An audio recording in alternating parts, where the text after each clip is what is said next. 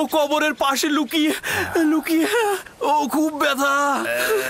আমি রেগে গিয়ে তাকে একবার আঘাত করতে গিয়ে আমার হাতের এই অবস্থা হলো। ওকে আঘাত করার পর এরকম হয়েছে? এত ছোট বাচ্চার কি ক্ষমতা রয়েছে তোমার আঘাত নেবার? চিন্তা করলে না তার কথা তোমার উপর প্রতিশোধ নিতে পারে? ছোট লোক কথা কর, আমরা তো তাকে বিক্রয় করার জন্য নিয়ে যাচ্ছি। এইরকম আঘাত থাকলে আমরা তো কোনো মূল্যই পাবো না। পালিয়েছিলে কেন?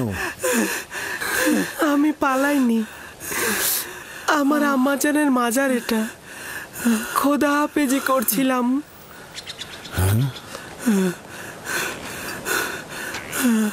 গোলামের নাম নিশানা নেই, কিন্তু জাঁকজমকপূর্ণ কবর দেখছি। গোলামের মায়ের কবর তো এরকম হতে পারে না। তুমি কে বলো তো?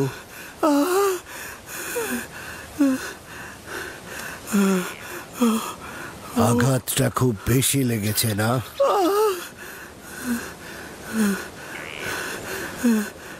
তুমি কি জানো তুমি পালিয়ে গেলে ওর উপর কি ঝড়টাই না যেত? ও আসলে খারাপ মানুষ নয়, আমার শাস্তির ভয় আসলে এরকম করেছে।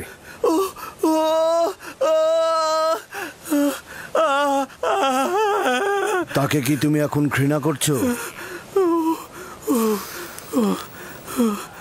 আমাকে ঘৃণা করতে শেখানো হয়নি। সাব্বাস পুত্র, যদি তাকে তুমি ক্ষমা করো তাহলে আমি তোমার বাঁধন খুলে দেব। আমাকে আর আঘাত করবে না তো?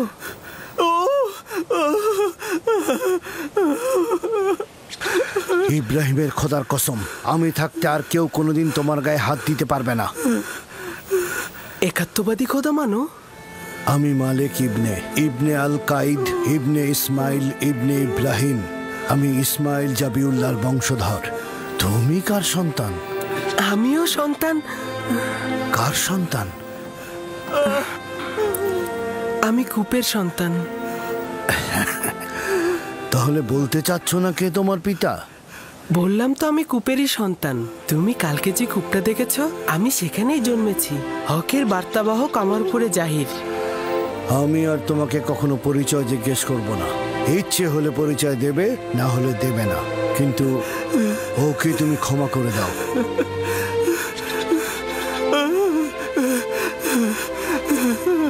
আমি অনেক আগেই তাকে ক্ষমা করে দিয়েছি। সাবাস পুত্র আমার, মায়ের কাছ থেকে বিদায় নাও, আমরা রওনা দেব।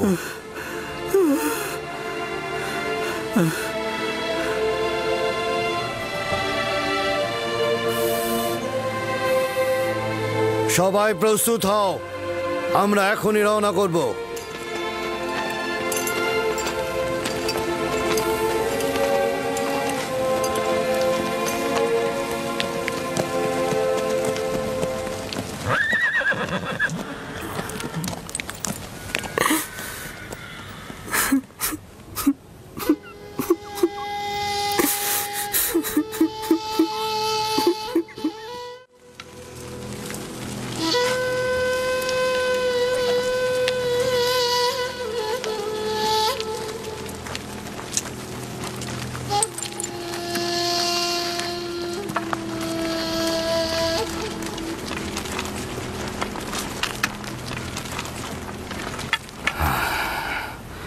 ইউসুফের কোনো খোঁজ পেয়েছো? তার মানে কি ও হারিয়ে গেছে? আপনারা কেন জখম হয়েছেন?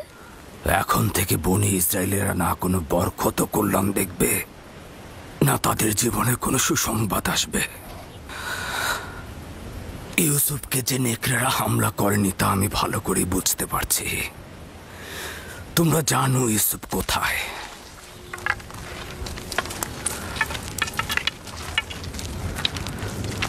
লাবি, আমি তোমার কাছে ইউসুফকে অর্পণ করেছিলাম। তুমি না থাকলে আমি ইউসুফকে মরুভূমিতে পাঠাতাম না।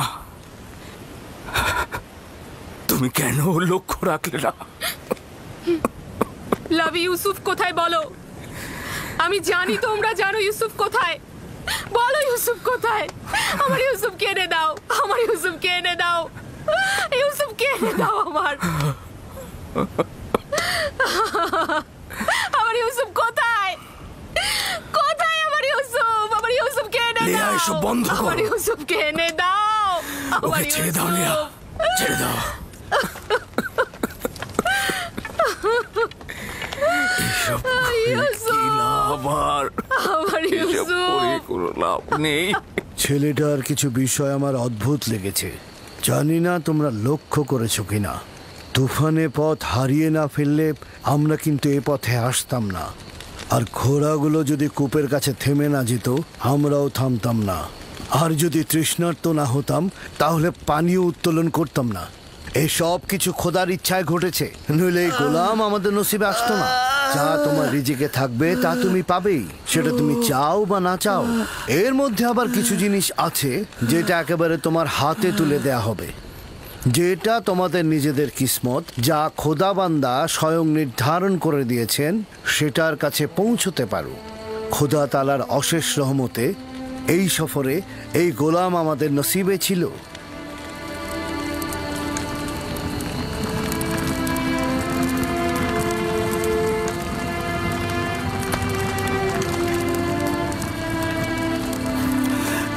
হে ইশতারে খোদা, আমাকে নাজাত দাও। হে ইশতারে খোদা, আমাকে নাজাত দাও। হে ইশতারে খোদা, আমাকে নাজাত দাও। আমি আর পারছি না, নাজাত দাও।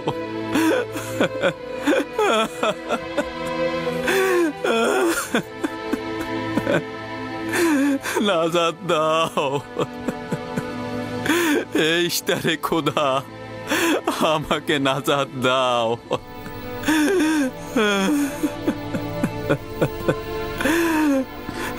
এই মহান ইশতার, নাজাত দাও,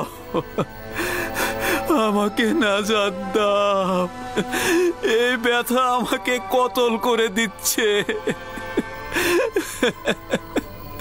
আমাকে নাজাত দাও। এই ইশতারে খোদা, এই ব্যথা থেকে মুক্তি দাও।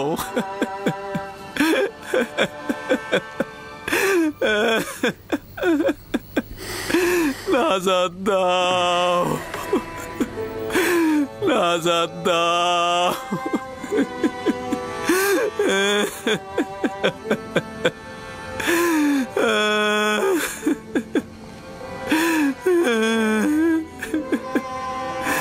আমাকে এই ব্যথা আমাকে কতল করে দিচ্ছে, আমাকে মুক্তি দাও, মুক্তি দাও।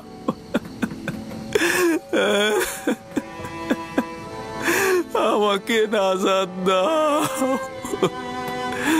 আমাকে নাজাত দাও।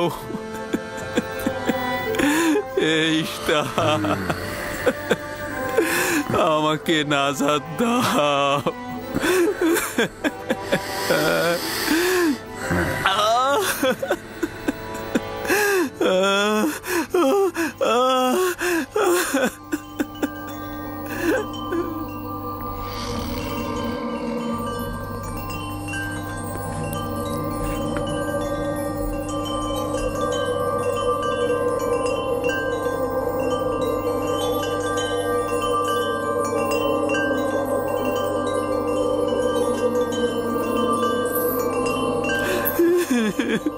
আমাকে মুক্তি দাও, এই ব্যথা থেকে মুক্তি দাও। এই ব্যথা আমাকে কতল করেছে, আমাকে নাজাত দাও।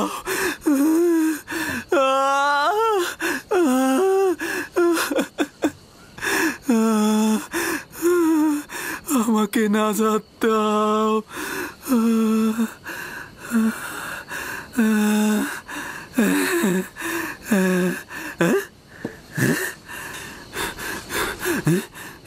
তুমি কি করলে?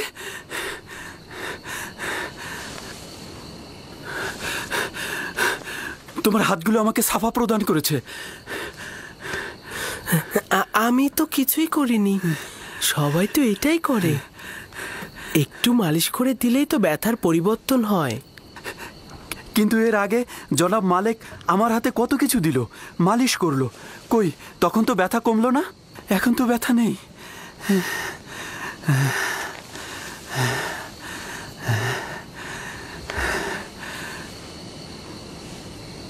আসমানের দিকে তাকিয়েছিলে। তুমি কি তারকা পূজারী? তারকা যা দিনের বেলায় দেখা যায় না, তাকে কি পূজা করা যায়? যদি তাই হয় তাহলে চন্দ্র আর সূর্যকেও পূজা করো না, কেননা চন্দ্র দিনের বেলায় আর সূর্য রাতে অদৃশ্য হয়ে যায়। এই সব কিছু সৃষ্টির মূলেই আমার খোদা। তিনি অনন্তকালের খোদা, এক এবং অদ্বিতীয়। তুমি দেখছি ছোটকাল থেকেই আমাদের খোদার চেয়ে আরো উত্তম খোদা নির্বাচন করেছ। তোমার খোদা এমনই, যিনি তোমাকে ভালোবাসেন, আবার তোমার দোয়াও কবুল করে নেন। আর এটাও নাকি মাবুদ? কত কষ্ট সহ্য করলাম, এত আহাজারি করলাম, কিন্তু কিছুই করতে পারলো না। তুমি আমার ব্যথা লাঘব করেছো, আমি তোমার কাছে কৃতজ্ঞ।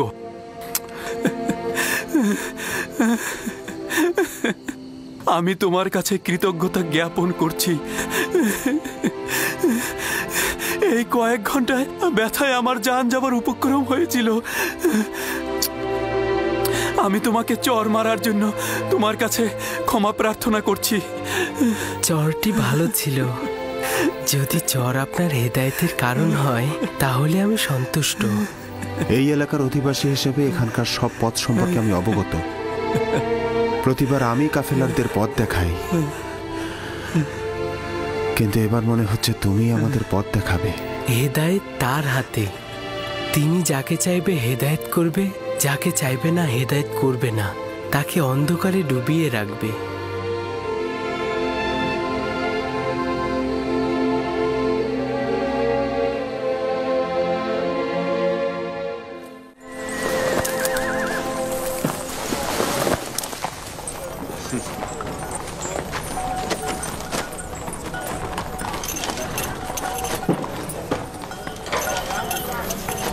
আমি জানি না এই ছেলেটিকে, কিন্তু গত রাতে ওকে দোয়া পড়ে কাশ্মীরকে সাফা দিতে দেখেছি। ওর আসমানে খুদার কাছে ওর দোয়া কবুল হয়। সম্ভবত ও খুদার আশুলিয়া। কাশ্মীরের সাফা প্রাপ্তির সঙ্গে ওর খোদার আশুলিয়া হওয়ার সম্পর্ক নেই। গতকালই তো বলেছিলাম, ইউসুফ যদি ওকে ক্ষমা করে তাহলে সে সাফা পাবে। কিন্তু আপনি আমার খোয়াবকে কি বলবেন? আমি খোয়াবে দেখেছি ও যেদিক দিয়ে যাচ্ছে সেদিকে সবুজ গাছে ভরে যাচ্ছে। খোয়াব তো কোনো মানদণ্ড হতে পারে না। তুমি একাত্মবাদী খোদাকে চেনো না। কেউ যদি জুলুম করে সে শাস্তি পাবেই। তাকে অবশ্যই খোদাবন্ধ শাস্তি দেবে, হয় এই দুনিয়ায় নয়তো পরের দুনিয়াতে। জুলুমকারীর শাস্তি অবশ্যই হবে।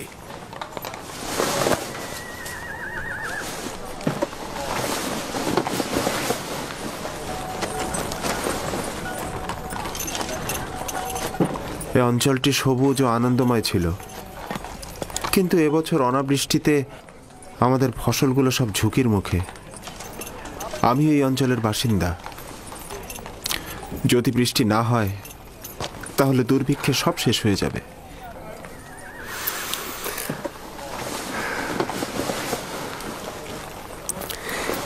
খোদাবান তার বান্দাদের উপরে রহম করবেন। জনাব মালিক, একজন কাফেলার অবস্থা খুবই খারাপ, আপনি একটু দেখবেন?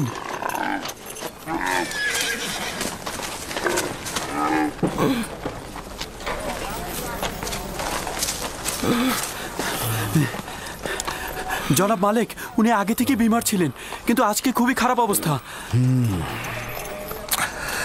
তার অবস্থা তো সত্যিই অনেক খারাপ।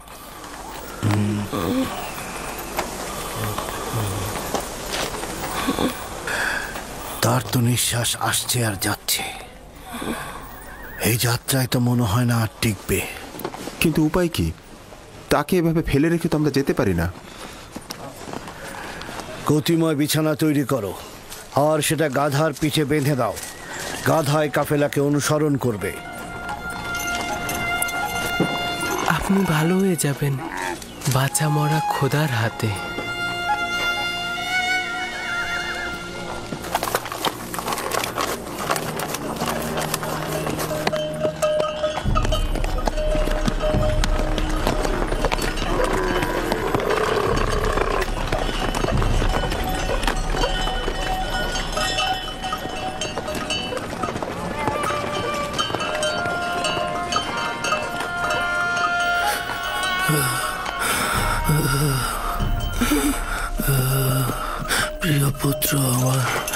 আমার আর সময় বেশি নেই।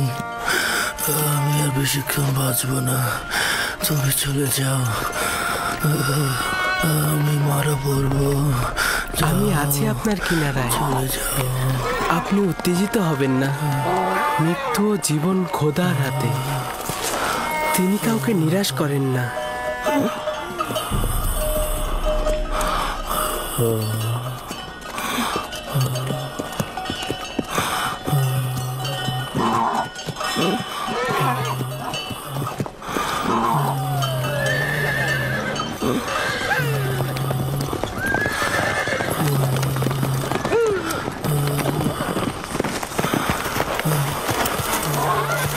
তুমি রোগীর সঙ্গে সঙ্গে কেন হাঁটছো?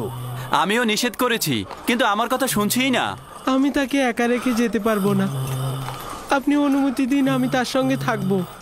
তার বিমারি কঠিন পর্যায়ে গিয়েছে, এখানে তো তোমার কিছু করার নেই। খোদাবান সাহায্যকারীদের ভালোবাসে, আপনি চিন্তিত হবেন না। লক্ষ্য রেখো ওর দিকে।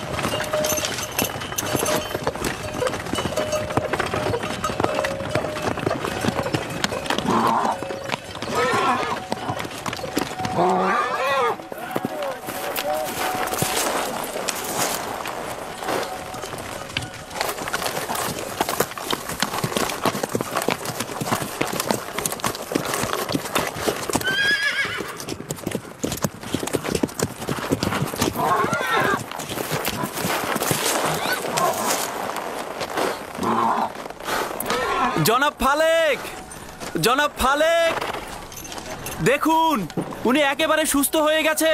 উনি মৃত্যুর কোল থেকে নাজাত পেয়েছেন। দেখুন কি অদ্ভুত ঘটনা, উনি একেবারে সুস্থ হয়ে গেছেন।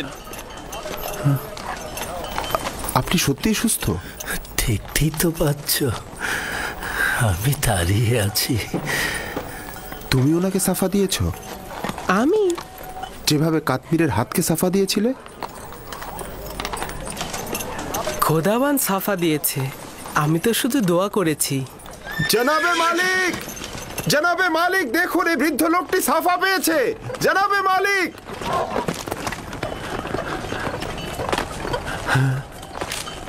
আচ্ছা তুমি এই বিমার লোকটির সাথে থাকার জন্য কেন জোরাজুরি করছিলে? আমিও তোমার মতো পথ প্রদর্শক।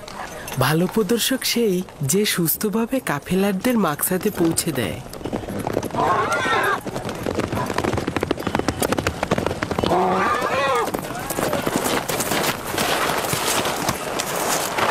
ব্যাপার কি, সবাই থেমে গেলে কেন? ইউসুফ আমাকে বলল এই গতিময় বিছানা থেকে নেমে এসো। আমি নেমে আসলাম। তুমি তো দেখতেই পাচ্ছ আমি এখন সম্পূর্ণ সুস্থ।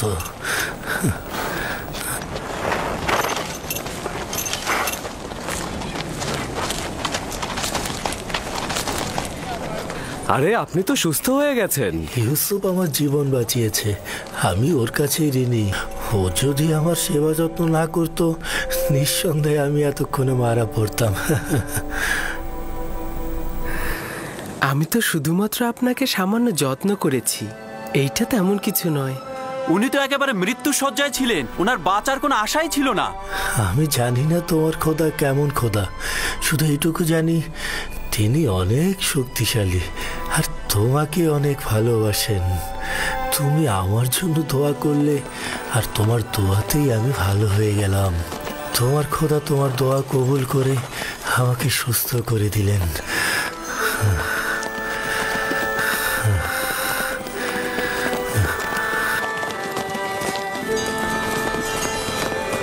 সবাই রওনা করো।